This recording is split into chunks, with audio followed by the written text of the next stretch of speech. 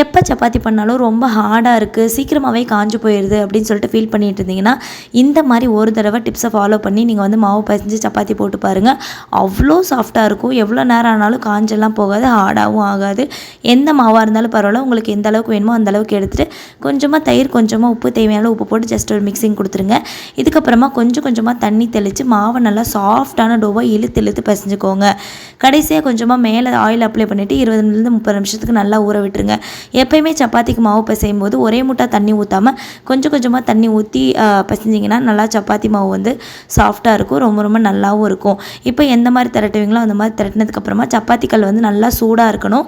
போட்டோன்னு டக்கு டக்குன்னு எடுக்காமல் 2 பக்கமும் திருப்பி திருப்பி போட்டு தேவைப்பட்டால் எண்ணெயோ இல்லையோ நெய்யோ ஊற்றி சப்பாத்தி வார்த்திங்கன்னா சூப்பர் சாஃப்டாக இருக்கும். அதே மாதிரி சப்பாத்தி போட்டதுக்கப்புறமா திறந்து வைக்காமல் ஹாட் பாக்ஸ்லேயோ இல்லை வந்து ஏதோ ஒரு பாக்ஸ்லேயோ மூடி வச்சு நீங்கள் யூஸ் பண்ணிங்கன்னா சூப்பராக இருக்கும். கண்டிப்பாக ட்ரை பண்ணி பாருங்கள். பாய்.